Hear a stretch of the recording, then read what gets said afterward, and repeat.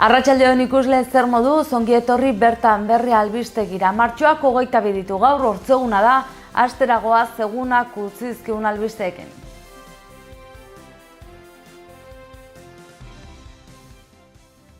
Ehunka ikasle atera dira kalera egungo hezkuntza sistema gainditzeko. Lehen eta bigarren hezkuntzako, batxilergoko eta lanbide heziketako ikasleak zeuden deituta manifestaziora.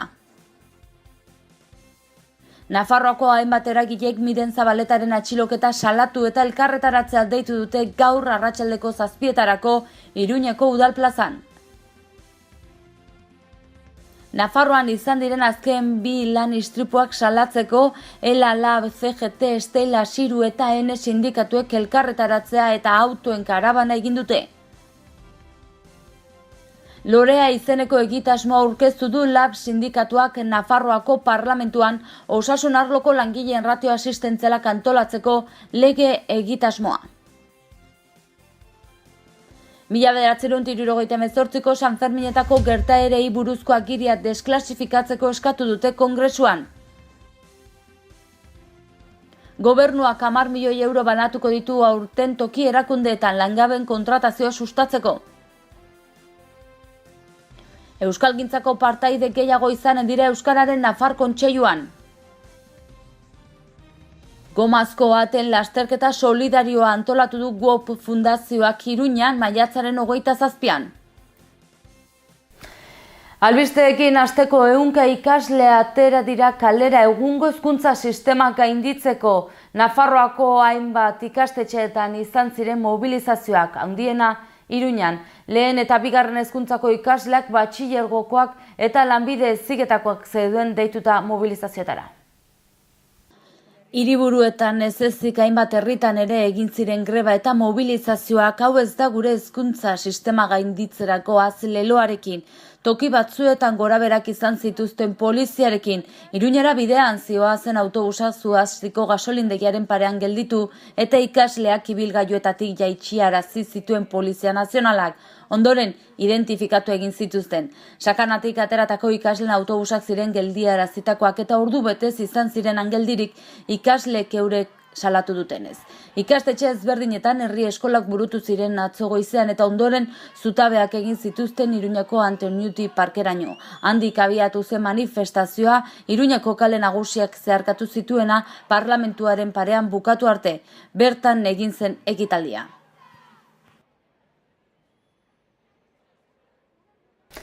Nafarroako hainbat eragilek Miren Zabaletaren atxiloketa salatu eta elkarretaratzea deitu dute gaur arratsaldeko 7:00 Iruñako udalplazan. Demokrazia eta eskubide zibil eta politikoen alde eginez Miren Zabaleta eta beste 3 lagunen atxiloketa salatu duten Nafarroako hainbat eragilek.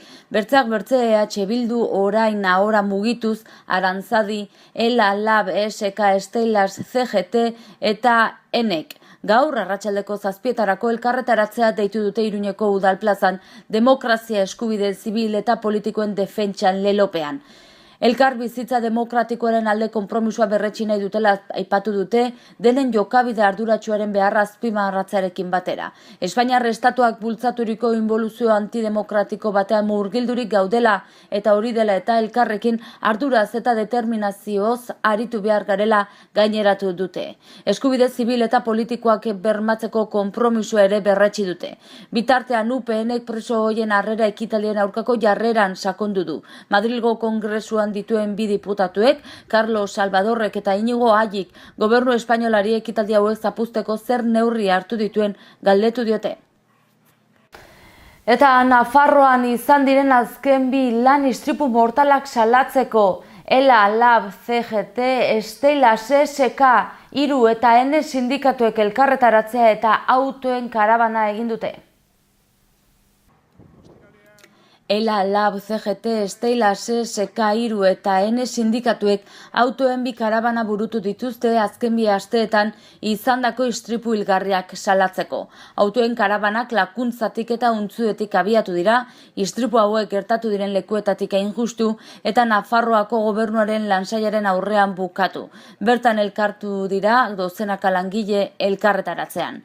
Martxoaren 15 lakuntzako Sakana Sociedad Kooperatiba enpresan lanean lanean ari zela burdinezko pieza bat erori zitzaion gaztea hiltzen eta A15an Tieba Asparean gertatutako beste istripu baten ondorioz kamioi gidari bat hiltzen une berean. Aurten Nafarroan lan istripu zildako 3 eta 4 langileak dira eta guztira 14 dira 2018an Euskal Herrian bere lanpostuetan bizitza galdu duten pertsonak.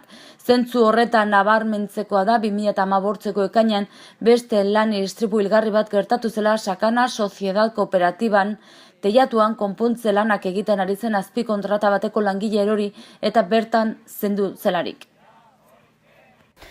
Eta sindikatuekin jarraituz, osasun arloko langileen ratio asistentzialak antolatzeko Lorea izeneko lege egitasmoa aurkeztu du LAB sindikatuak Nafarroako parlamentuan. LAB sindikatuaren ordezkaritza batek Nafarroako parlamentuko osasun batzordearen aurrean azaldu du zertan datzan osasun arloko langileen ratio asistentzialak antolatzeko bere lege egitasmoa Lorea bezala aurkeztu dutena. Egitasmo aintzindari da nazioartean eta helburu du zerbitzu publikoen kalitatea bermatzea interes ekonomiko, politiko edo dena delakoen gainetik. Proposamena da lege bat egitea langile sanitarioen zein laguntza langileen kopuru egokiak egon daitezen herritarrei osasun laguntza integrala emateko.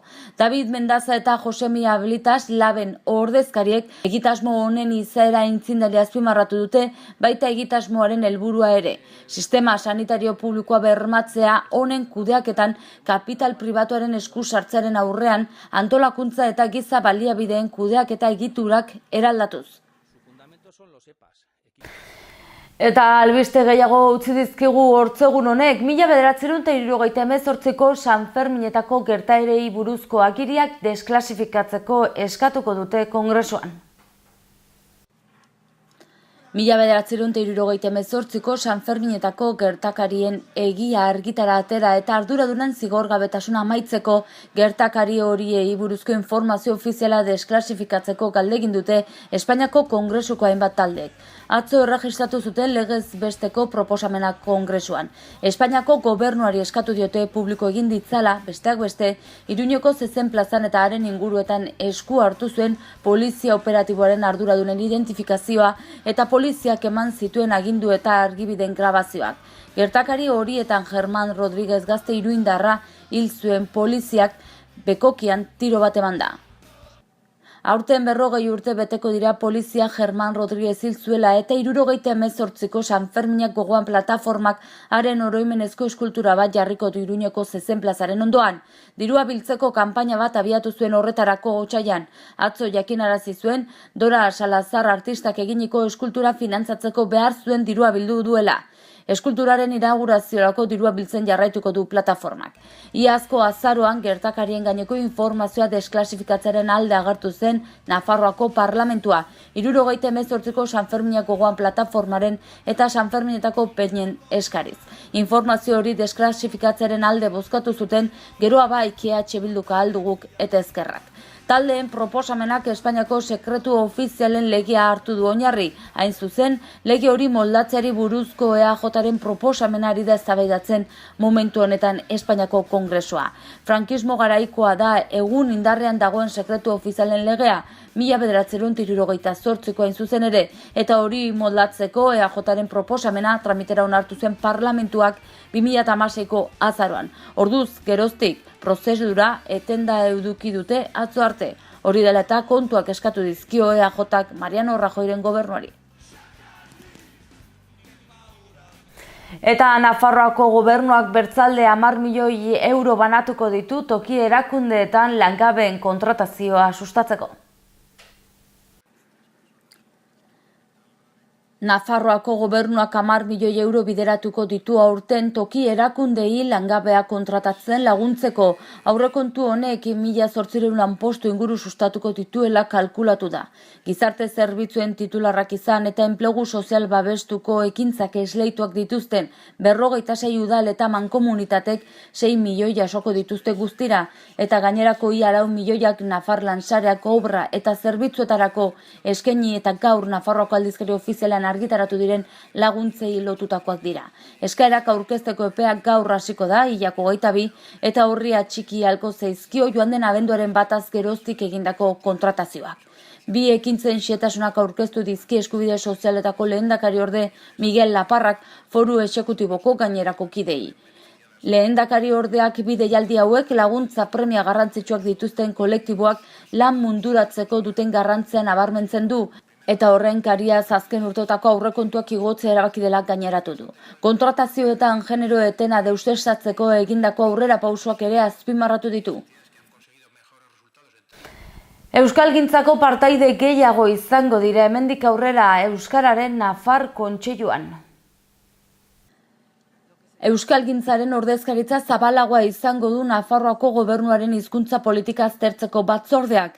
Euskararen Nafar Kontseiluaren egitura berria onartu zuen atzo Nafarroako gobernuak. 35 kide edukiko ditu aurrerantzean, orain arte baino 13 gehiago. Euskalgintzako eragile gehiago izango dira batzordean, tartean daude hizkuntza eskubideen behatokia, topagunea, AEK eta IKA. Eragile gisa kontseiluko parte dira gainera Euskaltzaindia eta Nafarroako ikastolen elkartea. Gobernuak 10 lagun izendatu ditu haien prestigiogatik. 7 izendatzen zituen orain arte.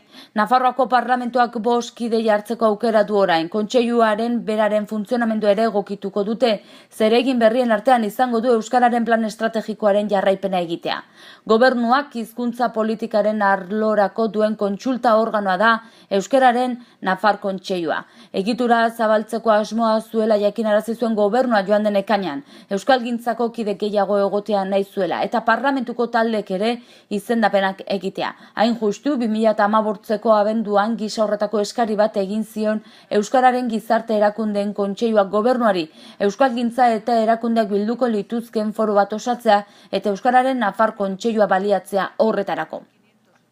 Hain zuzen ere, gobernuak izendatutako prestigiodun adituen artean dago Paul Bilbao kontseiluko idazkari nagusia. Hauek ere bai, Xabier Erizen, Nerea Filat, Xabier Zabaltza, Orreaga Ibarra, Reyes Silintxeta, Mikel Ziordia, Mikel Velasco, Julio Soto eta Ingeru Epaltza. Lehen aldiz, Nafarroako gazteriaren kontseiluko ordezkari bat ere egongo da. Parlamentuak 5 kide izendatzeko aukera du, baina oraingoz 4 izendatu ditu. Cristina Lainez, David Anaut eta Itziar Diez de Ultzurrun. Geroa bai, GH Bilduk Guk eta Ezkerrak proposatuta. Eta Juan Carlos Pikabea UPNek proposatuta.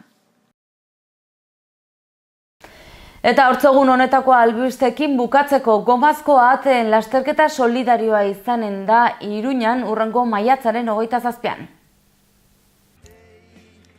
Guop Fundazioak lehenengo estropatada antolatu du Iruñan maiatzaren 27ako. Egun horretan, gomazko 20.000 ahate lehiatuko dira Arge ibaian lasterketa solidario batean. Endekapenezko gaixotasun neurologikoak ikertzeko dirua biltzea da helburua. Ekimena urtero ospatzen da Bilbon duela 6 urtetik eta oso arrakastatsua izan ohi da. Horregatik aurten Iruñan ere egingo dute. Ahate guztiek txip identifikatzaile bat izango dute. Horrela parte hartzaile bakoitzak zuzenean jakingo du GPS teknologiaren eta webgunaren bidez bere ahatea zein postutan dagoen. Igandeak Walk on Project Fundazioak flash mod bat egin zuen Iruñako Gaztelu plazan eta horretan 200 pertsonak hartu zuten parte. Maiatzaren 27ko jaia eguerdiko 12:30 hasiko da. Gainera, Runa Parkean hainbat jarduera izango dira. Parte hartzeko Walkpato tiket bat erosi beharra dago Corte Inglesen ekimenaren webgunean edo ekumenarekin bat egingo duten dendetan. Goazen orain eguraldiaren iragarpena zein den ikustera.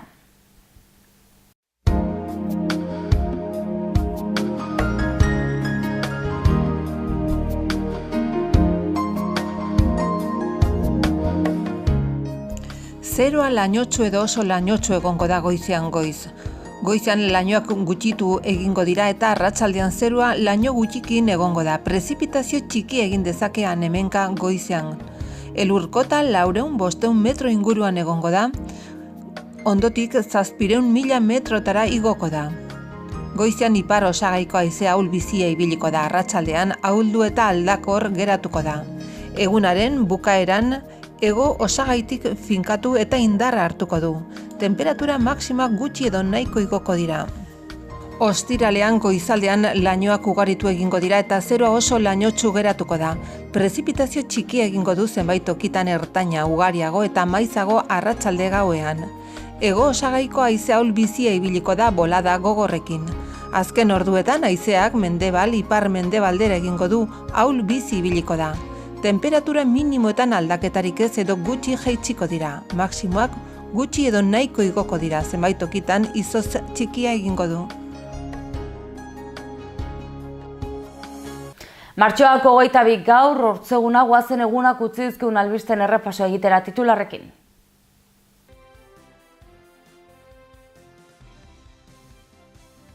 Ehunka ikasle atera dira kalera egungo hezkuntza sistema gainditzeko. Lehen eta bigarren hezkuntzako batxilergoko eta lanbide heziketako ikasleak zeuden deituta manifestaziora.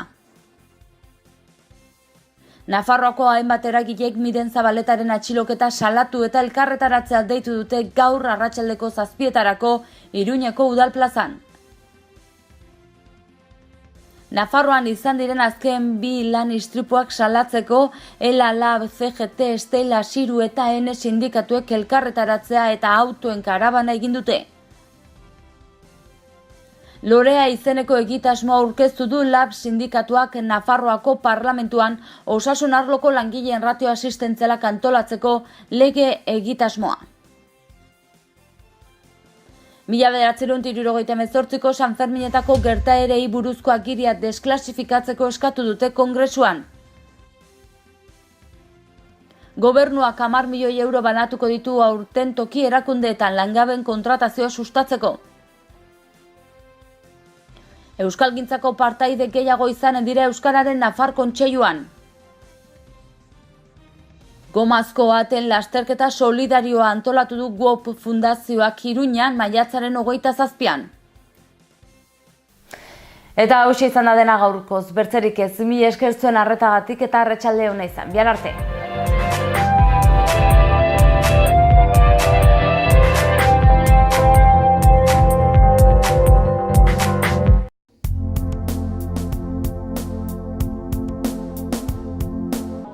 Gorritxon atsedenerako sistema hoberenak eta loaldi egoki batendako beharrezkoak diren produktuak aurkituko dituzu.